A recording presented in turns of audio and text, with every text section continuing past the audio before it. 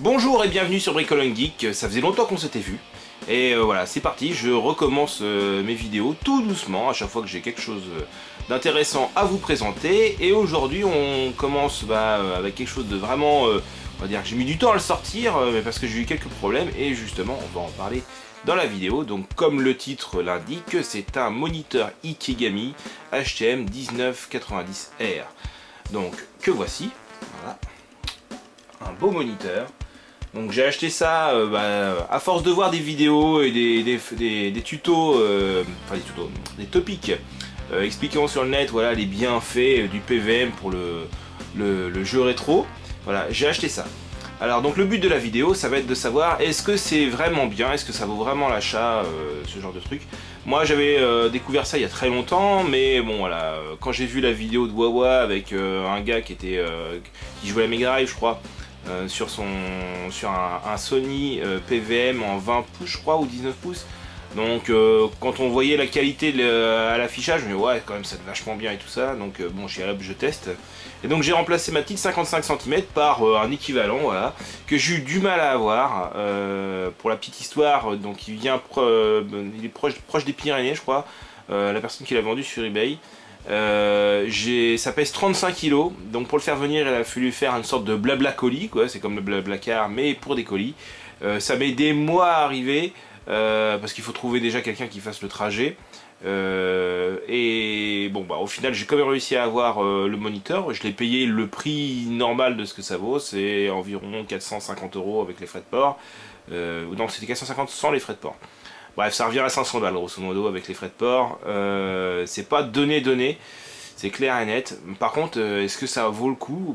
Justement, on va en parler et on va voir ce que ça vaut. Donc déjà, qu'est-ce que c'est un PVM? Alors le PVM, c'est un peu le moniteur d'arcade, mais appliqué au rétro gaming. Donc c'est des moniteurs qui sont dédiés au milieu professionnel normalement. De mémoire, je crois que ça coûte 15 000 € neuf. Donc c'est quand même un peu cher. Heureusement, c'est un peu désuet pour le monde de la production. Et du coup, ça se retrouve chez les particuliers à des prix un peu plus corrects. Donc vous pouvez en avoir, comme moi, sur eBay, en tapant dans du 20 pouces, dans les 350 à 500 €. Ça dépend de la version que vous prenez. Et vous pouvez aussi en avoir de moins grande taille, on va dire de 14 pouces, entre 150 et 200 €. PVM, c'est le nom d'une série chez Sony. Il y a BVM aussi, mais c'est devenu en fait l'appellation en général de ce genre d'écran, voilà, un peu comme frigidaire pour les frigos.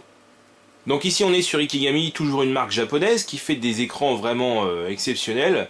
Donc là c'est une des dernières générations qui est sortie en CRT avec un rapport donc 4 tiers. Donc comme on peut le voir, voilà, il y a plein de réglages disponibles. Donc je ne veux pas rentrer trop dans les détails, mais on peut afficher un menu avec tout plein de réglages pour créer des presets. Et on peut avoir aussi des presets prédéfinis avec une température en Kelvin. On peut activer ou pas donc des modes de câblage qui sont par exemple ici la désactivation, la réactivation de la synchronisation externe. Voilà, il y a pas mal de choses assez techniques. On peut mettre aussi une sorte de télécommande externe. Bref, c'est vraiment dédié à la production. Pour nous, on va utiliser peut-être 10% des capacités du truc. Par contre, le truc qui est vraiment très intéressant sur ce moniteur, et sans doute sur d'autres, c'est les réglages en façade. Donc moi j'ai passé toutes mes consoles en RGB, sauf la NES où que je l'ai passé en composite du fait que le RGB était dégueulasse. Si vous avez des différences de couleur d'une console à l'autre, pouf, et là on peut bouger. Donc on peut régler donc ici la chroma, la luminosité et je sais pas, contraste, je sais pas, sans doute.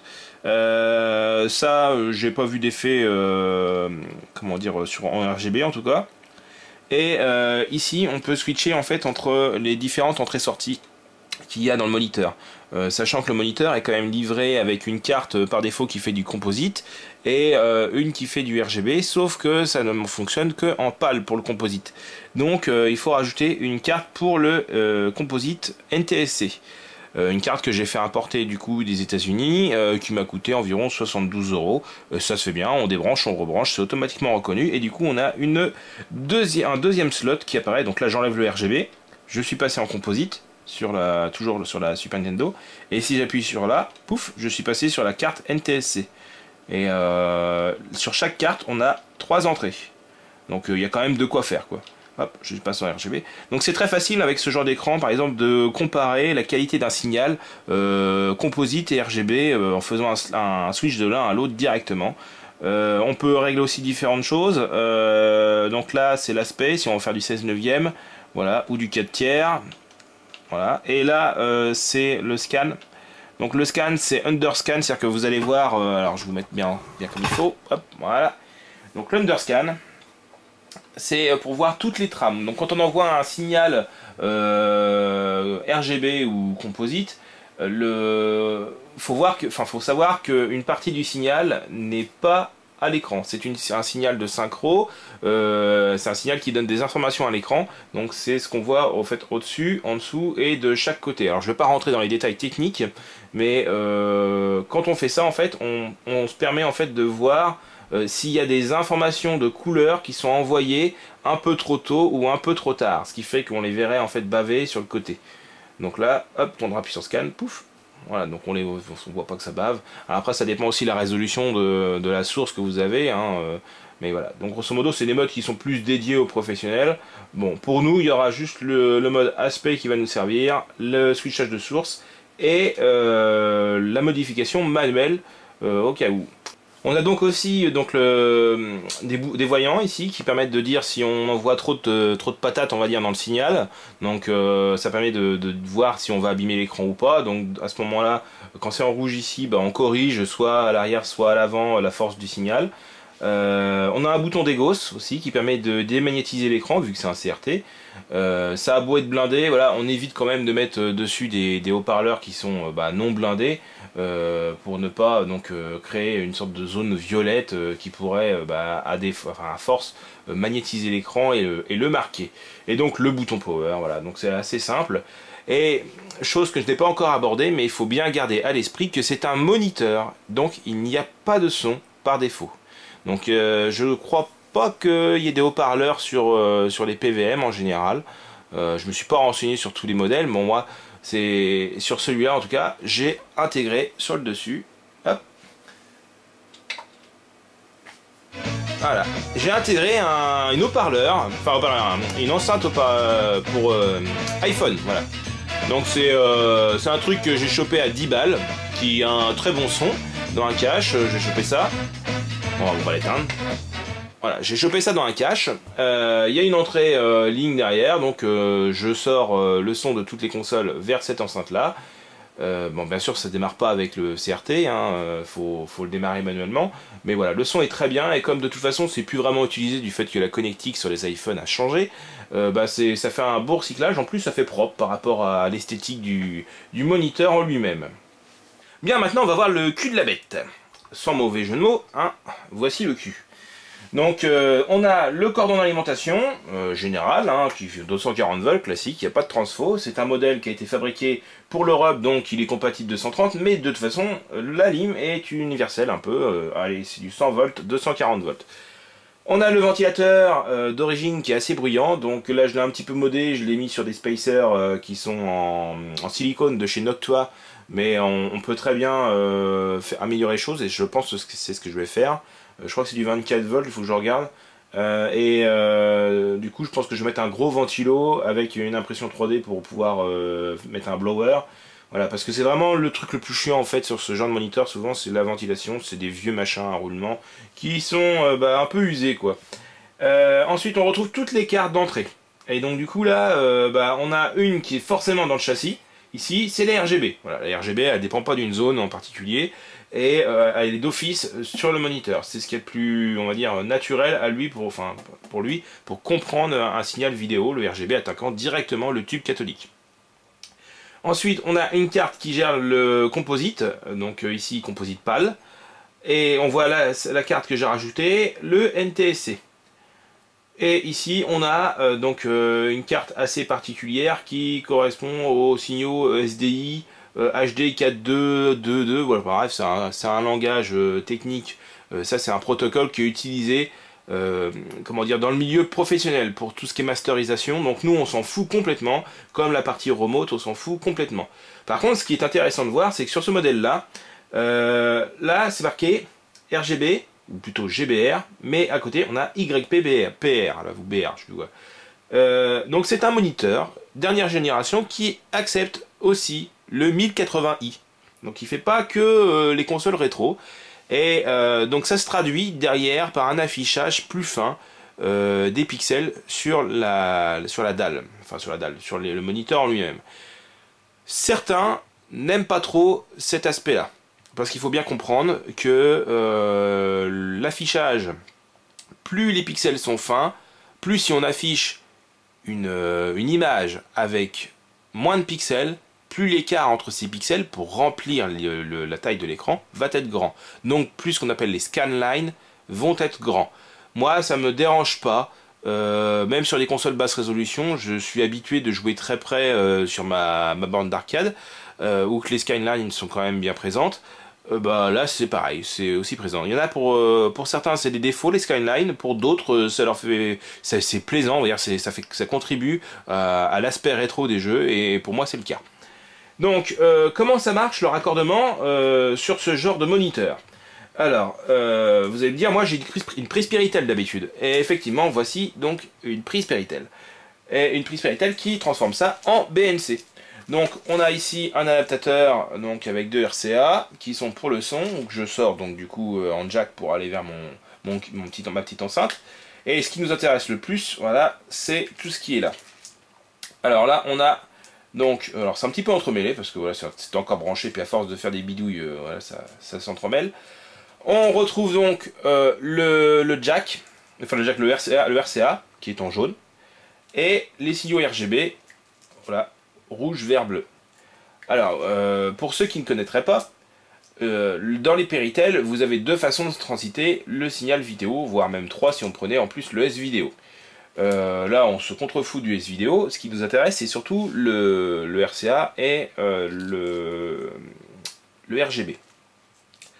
Les deux ne sont pas forcément envoyés par votre console. Ça dépend de la console que vous avez, ça dépend le câblage que vous avez. Je ne vais pas rentrer dans le détail de chaque console, mais sachez que le RGB c'est un peu le saint graal des possesseurs, on va dire, de consoles rétro, parce que c'est quand même la meilleure qualité possible pour envoyer un signal vidéo sans parasite. Et le problème c'est qu'il y a beaucoup de nos consoles qui sont faites avec on va dire des économies de bout de chandelle, et derrière on se retrouve avec des images un peu parasitées, dégueulasses, parce qu'ils ont envoyé que le composite, parce que voilà, il y avait moins de composants à envoyer, enfin moins de fils à câbler pour juste le composite de brancher.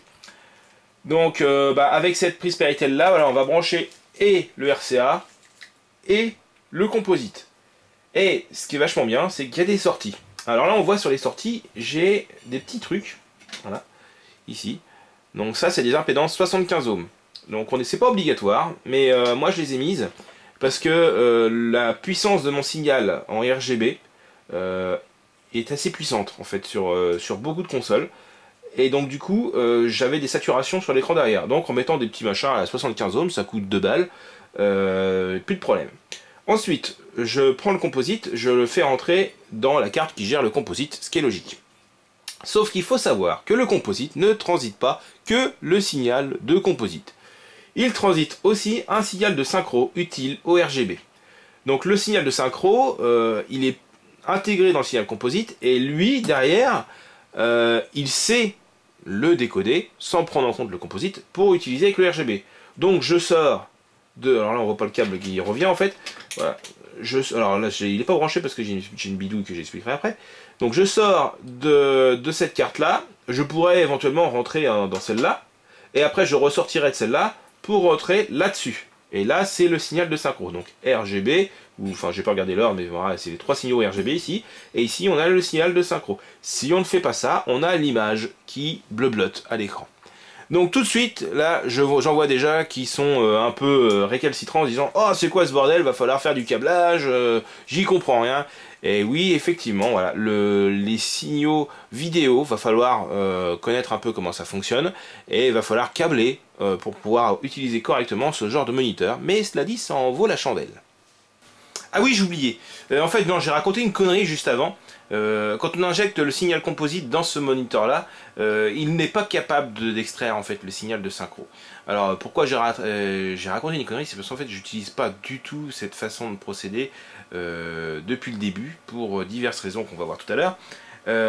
En fait, j'avais fabriqué ce truc-là, donc avec donc une entrée, une sortie et une petite alimentation en USB. Dedans, il y a un LM1881, donc ça existe tout fait hein, sur le net. C'est un composant qui était dédié à l'extraction de synchro. Donc si on ne fait pas ça, voilà ce qu'on a. Donc ici, c'est une Famicom avec Megaman, entre autres le combien Megaman 3 je crois, voilà, bref, enfin Rockman plutôt. Et bah voilà, c'est en RGB mais c'est dégueulasse. Donc bah, on va mettre en place ce truc là et on va voir ce que ça donne. Voilà, une fois qu'on a branché le boîtier, ça fonctionne.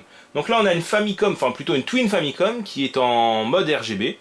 Donc c'est un mode que peut-être je développerai sur la chaîne dans une autre vidéo. Voilà. On peut constater donc l'image est quand même très nette. Voilà, on va essayer de voir les skylines, ou plutôt les graphismes.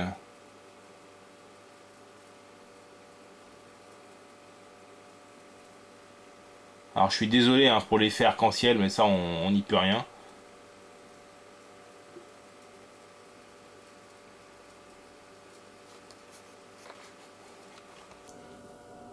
Voilà, donc là je suis passé sur l'appareil photo avec son objectif macro. Et donc on devrait ne pas avoir l'effet arc-en-ciel lié au tube cathodique du fait que je capture avec des images lentes. Et on voit bien ici les skylines. Donc c'est Mario Bros 3 ici, qui tourne en 60 Hz, en 60 Hz sur Twin Famicom. Et bah tiens, on va prendre la manette, on va voir ce que ça donne.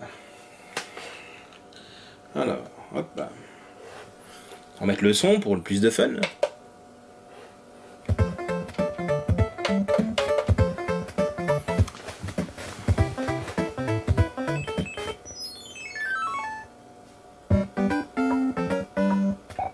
Voilà. On va zoomer un petit peu dessus là. Voilà. Voilà, on va se rapprocher un peu. Voilà. Donc globalement quand même, alors là si on voit des petits défauts, voilà, c'est lié uniquement à la capture. On peut pas faire autrement, voilà, quand c'est inserté ça bouge quand même pas mal le faisceau, donc choper une bonne image nickel c'est un peu dur. Mais voilà, donc globalement c'est quand même super net pour tous les pixels. Voilà. Alors quand vous voyez un truc qui est fondu en mouvement, voilà, c'est uniquement lié à la capture lente.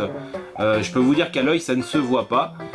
Et donc les skylines, ouais, c'est la petite partie noire qu'on voit entre chaque rangée de pixels. Voilà.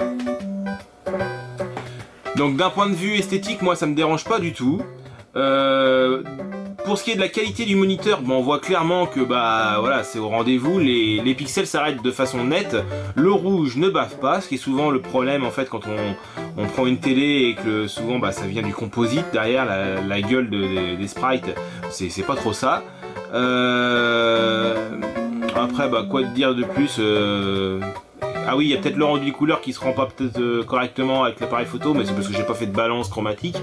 Bon, globalement, c'est parfait, hein, sachant qu'on peut tout régler, ça peut que être parfait. Si on prend une console plus récente, alors on va virer ça, et on va mettre une PlayStation 2. Allez, une PlayStation 2 avec un CD de PS1, tiens. Allez.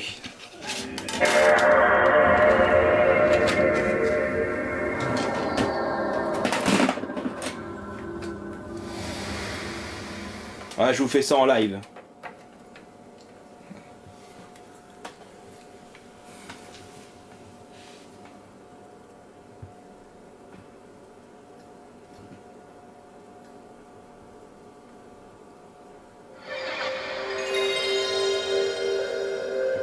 Donc là, ça va permettre de vérifier si les hautes résolutions, parce que la PlayStation 2 a quand même une résolution bien supérieure à celle de la Famicom, est-ce que voilà l'aspect sur une PlayStation ou une PlayStation 2, est-ce que ça se rend, enfin est-ce que c'est pas mal quoi.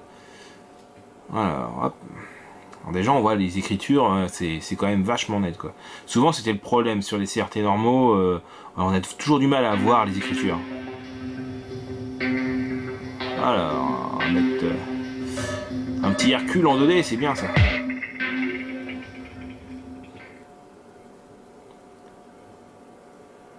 Petit clin d'œil au passage à Cyril 2.0, voilà, avec qui je comprends tout à fait la passion pour la PlayStation, tellement j'adore cette console. Avec les démos et tout, qu'est-ce qu'on a pu en découvrir des jeux à l'époque, c'était formidable. Voilà. Alors, est-ce qu'on peut régler un peu... Alors, je vais essayer d'adapter la luminosité par rapport à celle de l'écran, enfin de l'écran, de l'appareil photo. Non, chroma peut-être. Voilà. Donc là, ça fait un petit peu mieux sur l'appareil photo. Moi, c'est correct. Bon, c'est pas... Donc là, on voit que le signal de la PlayStation est un petit peu plus terne. Donc la PlayStation est bien en RGB. C'est un câble spécial qu'on trouve pour, je sais plus, une dizaine d'euros. Voilà. Et là, on voit bien que malgré l'augmentation en résolution, les skyline, j'ai l'impression qu'elles sont plus proches. Enfin, je vois en regardant la vidéo. Et, enfin bref, c'est pas dégueulasse du tout. Au contraire, c'est vraiment bien quoi. Et donc forcément, plus il y a de lignes, bah plus c'est beau quoi. Bref.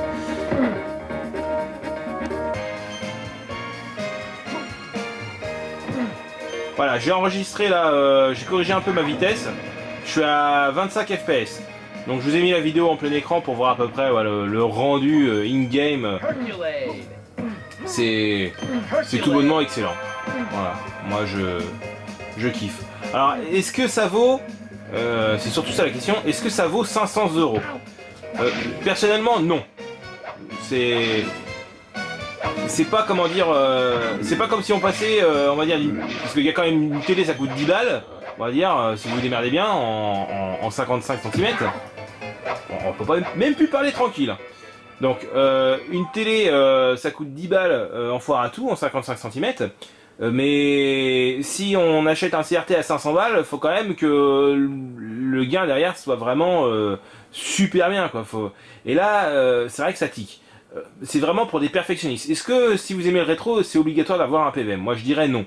On peut aimer le rétro sans avoir besoin forcément d'une télé super haute compétition. Je pense que ça c'est le genre d'achat qui se mûrit quand vous n'avez presque plus rien à acheter. Alors vous allez me dire comment on peut ne plus rien avoir à acheter dans le rétro, il y a tellement de choses à acheter. Bah moi en fait c'est un peu le cas, c'est-à-dire que j'ai vraiment beaucoup de jeux et tous ceux qui me plaisent, bah, je les ai déjà quasiment tous. Donc bah j'achète plus grand chose si ce n'est de la New Generation qui se joue sur télé LCD. Et bah du coup je voudrais améliorer bah, l'aspect des jeux que j'aime bien jouer sur CRT. Et du coup bah, je me suis penché là-dessus. D'autant plus que c'est quand même vachement compliqué pour un néophyte de mettre en œuvre ce genre d'écran. Faut quand même voir que voilà la connectique en BNC, le petit souci de synchronisation qu'il faut récupérer via un LM1880 pour pouvoir faire marcher le RGB correctement à partir d'une synchro envoyée en composite. Voilà, c'est quand même pas mal de choses. Et d'autant plus il faut rajouter quand même un élément supplémentaire. Là, je vais enlever la Famicom et je vais vous mettre une Nintendo 64 avec F0X. C'est tout de suite moins jouable. Et vous allez voir que si je mets une PC Engine, bah c'est pareil ou presque. Voilà, donc j'ai deux consoles dans mon cheptel de consoles qui merdent. Et elles merdent pas sur une télé normale. Donc les gens qui ont des consoles rétro, qui les mettent sur leur télé, elles s'attendent que ça marche pareil sur un PVM. Et non, en fait, c'est pas tout à fait la même chose. Vous avez des PVM qui ont un mode VCR. Celui-là ne l'a pas. Et le mode VCR permet entre autres d'avoir plus de tolérance sur le signal de synchro. Et il y en aura bien besoin ici parce que c'est typiquement ça, c'est un problème de synchronisation. Donc là, si j'enlève la synchro, hop, donc j'ouvre le bordel, j'ai un bouton 5 externe out, donc je l'enlève. Et là, on voit l'image qui est entière, bon, hormis les espèces de flashs rouges, mais l'image, elle n'est pas figée. Et dès que j'essaie de la figer en mettant la synchro, pouf, bah, j'ai une image avec plein de vagues. Et là, donc, je suis en RGB. Si je me mettais en composite, ce serait plus ou moins la même chose. Et ce problème-là, il est valable aussi sur la Mega Drive 1 et peut-être aussi la Neo Geo, il me semble. Donc la Mega Drive 1, heureusement, il y a la Mega Drive 2 qui fonctionne très bien. La Master System, c'est pareil, il me semble, mais voilà, moi je n'ai branché que la Mega Drive 2 et j'ai un adaptateur pour avoir les jeux Master System. Donc voilà, c'est pas parfait, il y a quand même des consoles qui nous font chier. Et moi, c'était pas acceptable. Moi, j'ai une petite pièce, je peux pas cumuler les télés en fonction des consoles. Donc j'ai des multi-switch Péritel qui se mettent en route pour cumuler plusieurs consoles et tout envoyer vers un seul moniteur. Donc il fallait absolument que ça fonctionne sur ce moniteur-là. Problème, en France comme dans le monde, visiblement, je suis pas le seul à avoir constaté le problème et personne n'avait trouvé de solution vraiment viable, on va dire, jusqu'à il y a quelques temps. Du coup, pour trouver mon problème, je me suis penché un peu dans le cœur des consoles qui ne fonctionnaient pas. Donc pour la Nintendo 64, il faut quand même garder à l'esprit que j'avais testé avec tous les modèles de Nintendo 64 et aussi tous les modes RGB possibles, y compris la Nintendo 64 qui est ici une non FRA et pourtant elle est modée en RGB parce qu'il y a un mode spécial dedans qui enlève le blur et tout ça, peut-être aussi que j'en parlerai dans une autre vidéo. Et ça ne corrigeait rien parce que c'était vraiment lié à la façon dont était généré le signal dès le départ. Et c'était encore pire sur la PC Engine, qui est une console, très bonne console en elle-même, quoi. Mais d'un point de vue standardisation du signal en sortie, mais c'est une horreur. Je suis allé jusqu'à récupérer les signaux de synchro horizontaux et verticaux sur le CPU, faire ce qu'on appelle une porte OUI exclusive pour pouvoir les cumuler, et derrière renvoyer ça dans le CRT. Et même ça, de toute façon, ça ne fonctionnait pas. Tout simplement parce que les signaux qui sont créés depuis le processeur n'étaient pas standards. Il faut savoir qu'il y a une forme spéciale du signal de 5 quand il sort. Normalement, il y a toujours une petite micropulse, que je vais vous mettre en incrustation dans l'écran. Il y a toujours une petite micropulse qui apparaît à un moment sur le train-onde. Alors le train-onde, il y a des pulses au départ qui apparaissent pour un peu synchroniser, puis derrière, pouf, ça envoie les pulses qui servent, alors je dis pulses, c'est des impulsions, les pulses qui servent après à l'affichage ligne par ligne en fonction des trames, parce qu'il y a la trame paire et la trame impaire. Bref, je rentre un peu dans le technique, mais cette pulse-là n'existait pas. Pourquoi? Je sais pas, mais il se trouve que il faut absolument cette pulse-là pour qu'un moniteur Ikigami arrive à comprendre un signal de synchro. Et c'était le même problème sur la Nintendo 64 à une fréquence différente parce qu'elle fonctionne en 50 Hz et la PC Engine fonctionne en 60 Hz. Donc du coup, connaissant un peu le problème, supposant le problème, j'ai créé ceci. Alors c'est un proto, hein, il n'y en a que 2 exemplaires, dont un qui est parti dans le sud. Donc c'est un correcteur de synchronisation fait par moi-même avec un PCB à l'intérieur, donc je ne vais pas l'ouvrir, je vais mettre une petite photo en incrustation. Donc ce petit boîtier ne fonctionne pas tout seul, il est prévu pour être couplé avec un boîtier qui s'appelle l'Extron 580 XI. Et voici un Extron 580 XI. Donc c'est un boîtier qui est normalement prévu pour transiter un signal RGB et composite sur de longues distances, principalement en informatique, lorsque par exemple vous étiez au lycée avec une grande salle de conférence, vous aviez un vidéoprojecteur qui était assez loin de la source, c'est-à-dire l'ordinateur, et bien on branchait un ordinateur à ce port-là, on sortait avec des BNC ici, qui envoyait donc avec la patate, et de l'autre côté on avait un boîtier qui réceptionnait le signal et qui le reconvertissait en VGA pour que ça fonctionne sur votre projecteur et de façon à ne pas avoir de perturbation. Donc ce boîtier avait un système donc ici d'amplification du signal, il y a des petits potentiomètres qui permettent d'ajuster la force du signal, des petits switches de correction parce que ça permettait on va dire, de corriger certains aspects, certaines déformations du signal, et des contrôles externes, mais bon ça on s'en fout complètement, et bien sûr la sortie en BNC. Donc du coup j'ai utilisé ce machin là que j'ai fait apporter encore des États-Unis.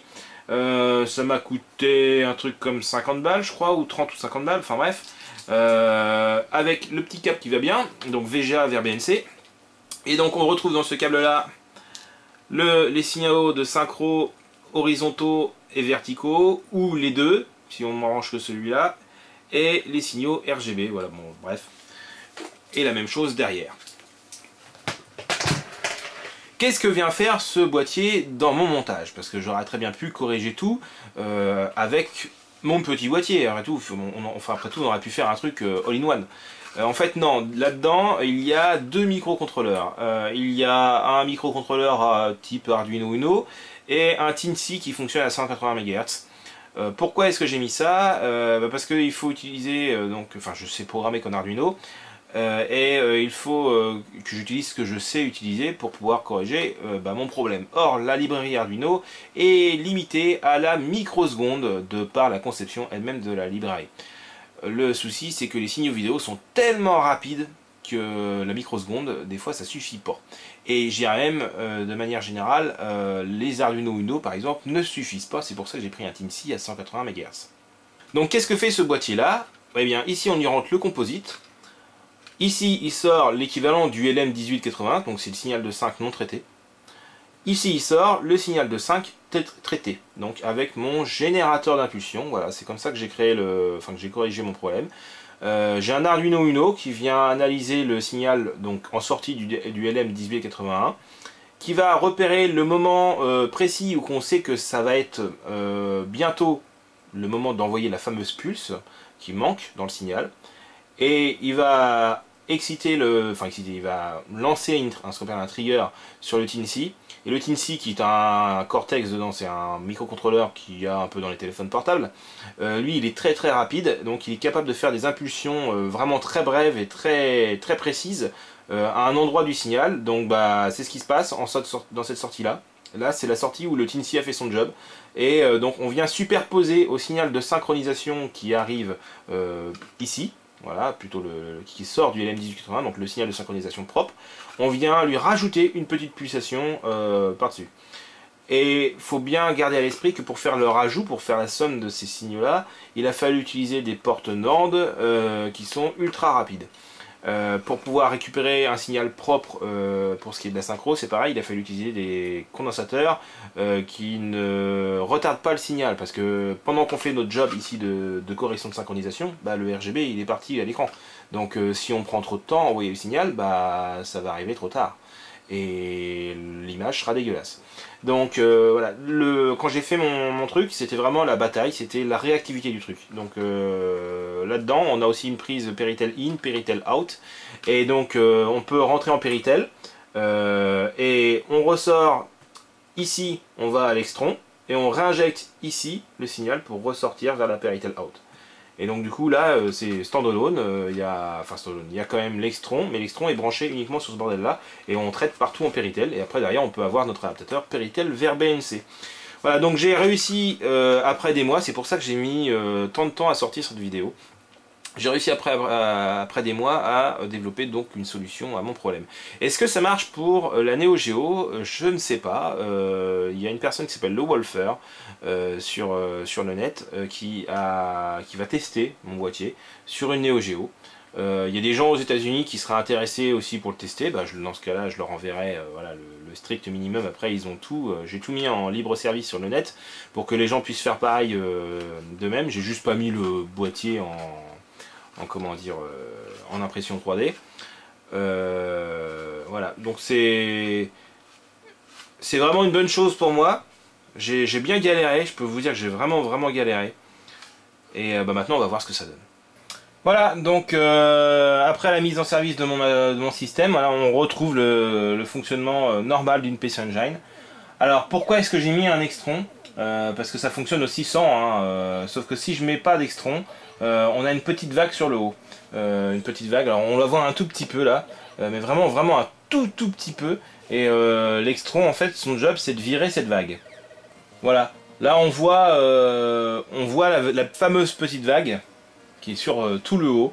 Voilà, j'ai enlevé l'extron. Alors vous avez des petits sauts de synchro parce que justement le boîtier lui est prévu pour fonctionner avec l'extron. Et donc les timings sont un peu adaptés, comme c'est un microcontrôleur on pourra le corriger, il suffirait de changer un peu le timing derrière. Mais voilà, c'est le problème en fait d'injecter une impulsion dans un signal de synchro à un endroit où c'est pas prévu pour. Et il se trouve que dans certaines consoles, comme la Neo Geo apparemment, ça fait le même problème en fait sur d'autres moniteurs comme des Sony PVM qui ont le même souci.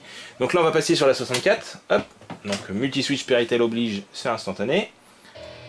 Voilà. Et donc là sur la 64, on se dit putain c'est parfait en fait, il n'y a pas d'ondulation.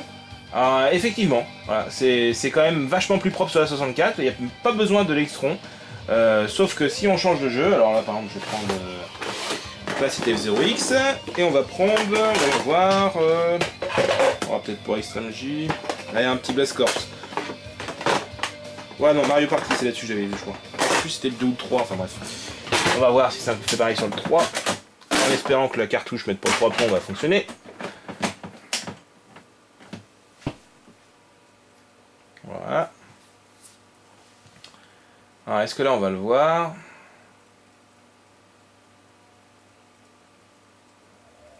Voilà. Là on le voit un peu plus parce que c'est pas noir. Il y a une petite ondulation. Pas grand chose.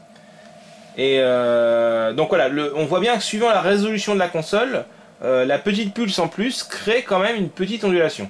Alors l'ajout de l'Extron, même sur la 64, alors ça va rajouter en fait comment dire la correction de la petite vague. Pourquoi est-ce que je l'ai pas intégré moi? Voilà, parce que je le disais tout à l'heure, la librairie Arduino me permet pas de gérer des signaux vidéo ultra rapides avec seulement des tempos de 1 microseconde. J'avais essayé entre autres de recréer un signal de 5 complet, c'était une catastrophe pas possible, et c'était impossible de gérer correctement les timings avec un Arduino, même en prenant un Teensy qui est ultra rapide, c'est toujours pas assez précis par rapport à un microprocesseur qui est vraiment prévu pour ça, pour traiter de la vidéo, avec des timings qui vont bien et tout, quoi. Voilà, vous l'aurez donc compris.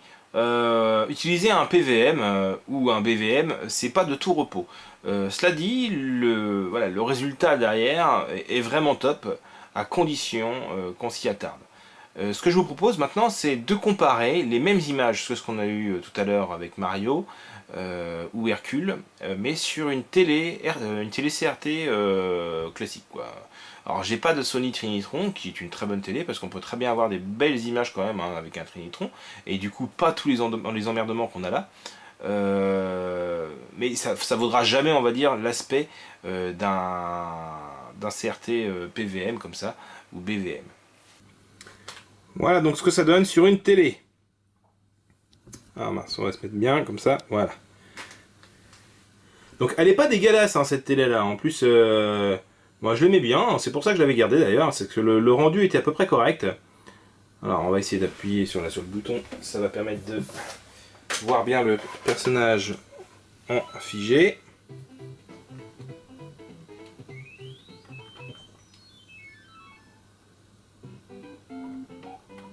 On va tuer le Goomba. Voilà.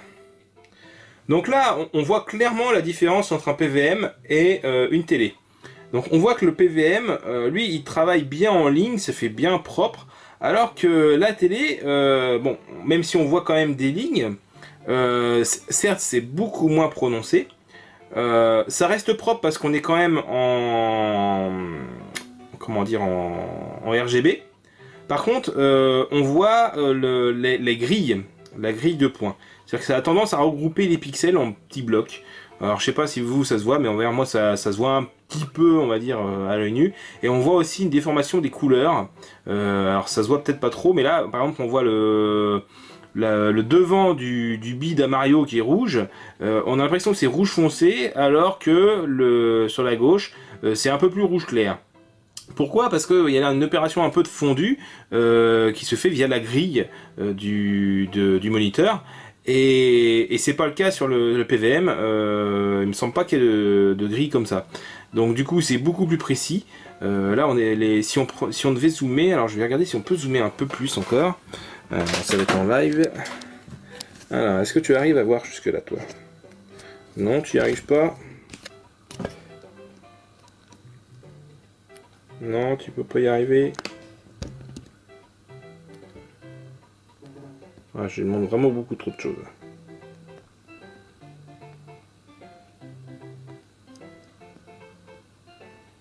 Non, on n'arrive pas à voir.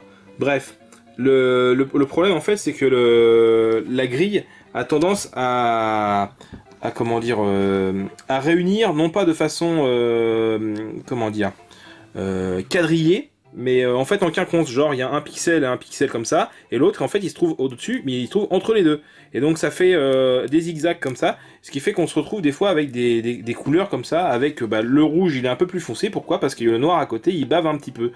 Donc bon, c'est pas flagrant parce que ici c'est une bonne télé, ça l'est peut-être même moins encore avec une télé Trinitron. Mais voilà, avec un PVM, c'est d'office, c'est pas possible d'avoir ce genre de choses, dans la mesure où, comme on a vu, la grille est tout simplement pas présente, quoi. Voilà, alors ceux qui se disaient, voilà, les Skyline, il m'a pas montré ce que c'était sur l'arcade, est-ce que c'était pareil. Alors voici un petit Street Fighter 2, voilà, alors ça m'a levé, hein. Voilà, on voit bien quand même les Skyline, et c'est plus ou moins comparable à ce qu'on avait tout à l'heure sur le moniteur. Donc c'est un peu compréhensible, voilà, pour les gens qui sont un peu extrémistes dans le domaine du jeu vidéo rétro, de virer sur du PVM quand on voit que le rendu, voilà, est vraiment très très fidèle à ce qu'on voit déjà en arcade, qui est un peu la référence en fait. Voilà, c'est vrai que quand on était jeune, on nous disait toujours voilà, les jeux qui sortent en arcade, s'ils sortent sur console, c'est que la console grosso modo est surpuissante parce que voilà, il y avait un gap graphique tellement énorme. Implicitement, voilà, l'arcade est devenue la référence, y compris sur la partie visuelle. Voilà, donc c'est le cas ici. Voilà, alors, pour montrer, voilà, donc c'était bien sur une borne d'arcade, voilà, que j'ai bien fait mon test. Et donc c'est une carte, alors c'est pas le vrai PCB, hein, c'est un émulateur mais qui envoie en 15 kHz avec une carte graphique spécifique. Donc voilà, c'est vraiment fidèle à l'original. Sinon effectivement vous n'aurez pas ce rendu là si vous envoyez en 31 kHz, qui est la fréquence du VGA standard. Vous n'aurez pas les Skyline tout à fait comme ça parce qu'il y a beaucoup plus de lignes, donc voilà, l'écran s'adapte. Voilà, cette vidéo est terminée, j'espère qu'elle vous a plu. Alors comme vous avez pu le voir, c'est un peu monté à l'arrache, c'est filmé à l'arrache. Oui, parce que j'ai plus vraiment le temps de faire des vidéos nickel chrome, d'autant plus que YouTube n'aide pas les gens à vouloir faire des choses de qualité. Si on fait des tops, c'est sûr que ça va marcher bien. Par contre, si on se fait chier à faire une vidéo avec un contenu certes très pointu et un peu, on va dire, sectarisant, forcément derrière, on vise un audimat qui est déjà plus restreint, mais encore plus, YouTube derrière nous met directement dans les bas-fonds de leur référencement. Parce que voilà, c'est pas des vidéos qu'on peut sortir, on va dire 3 fois par jour, hein, pour certains qui se permettent de spammer. Voilà, non, je ne peux pas faire des vidéos techniques comme ça tous les 4 matins. Et j'ai arrêté aussi les vidéos de déballage où je montre grosso modo ce que j'ai acheté. Parce que j'achète beaucoup moins, et deux, ça me saoule. Ça fait genre celui qui montre, regardez, j'ai plein de sous. Alors certes, il y a des vidéos que j'aime bien, que je continue à regarder, par exemple Louvecraft, qui me permet de découvrir des jeux aussi que je connaissais pas forcément, hein, parce qu'on peut pas tout connaître dans le monde du rétro. Mais voilà, j'estime pas être un acheteur à ce point-là compulsif. Au point de faire des vidéos comme Lovecraft sur cette partie-là en tout cas. Donc moi, mon créneau à moi, c'est purement la bidouille, et pas que la bidouille dans le jeu vidéo. Peut-être que je ferai d'autres vidéos si ça me plaît sur d'autres jeux, comme là par exemple j'ai acheté Star Parodia sur PC Engine, c'est un jeu que je voulais depuis très longtemps et qui coûte assez cher, et j'ai enfin pu l'avoir à pas cher. Voilà, c'est des... Peut-être que je ferai une vidéo dessus, peut-être que pas en fait. Ça dépend de la motivation, ça dépend du temps que j'ai de dispo avec moi. En tout cas, je vous remercie d'avoir regardé cette vidéo. Et contrairement à ce que j'avais oublié de faire dans pas mal de vidéos avant, j'ai fait un compte Facebook Bricole Geek où vous verrez mes derniers achats en une simple photo ou éventuellement des photos de la convention ou du backstage de la convention quand je participe à la Gruchet Geek Convention. Voilà, c'est un peu, enfin le Facebook, c'est le seul truc qu'il y a en dehors de la chaîne qui permet de montrer des trucs un peu à part. Vous y retrouverez entre autres, quand j'ai ouvert la PC Engine, des petites photos du PCB que j'ai produit. Voilà, c'est un peu le backstage de la chaîne. Même si la chaîne n'est pas appelée à évoluer énormément, voilà, ça reste quand même pour moi un canal de diffusion pour montrer un peu les bidouilles que j'ai faites. Et si ça peut servir à d'autres, voilà, c'était dans ce but-là que j'avais fait la chaîne. Pas dans le but de faire comme certains, de créer une communauté. Si ça en crée une, tant mieux. Mais je suis pas là pour créer une communauté, et c'est surtout pour rendre les choses utiles et du coup développer des choses qu'on n'a pas forcément l'habitude de voir ailleurs, parce que c'est vrai que les contenus techniques sur YouTube, il y en a, mais ils sont souvent vulgarisés, même si je suis pas rentré dans le détail là. Voilà, on survole quoi, genre quand on regarde les vidéos sur les PVM, souvent soit on a d'un côté les vidéos des gens qui vous disent ah c'est trop bien et tout ça, photo à l'appui, hop, et à côté hop on dévie, on vous montre des étagères pleines de beaux jeux vidéo et tout ça, super cher.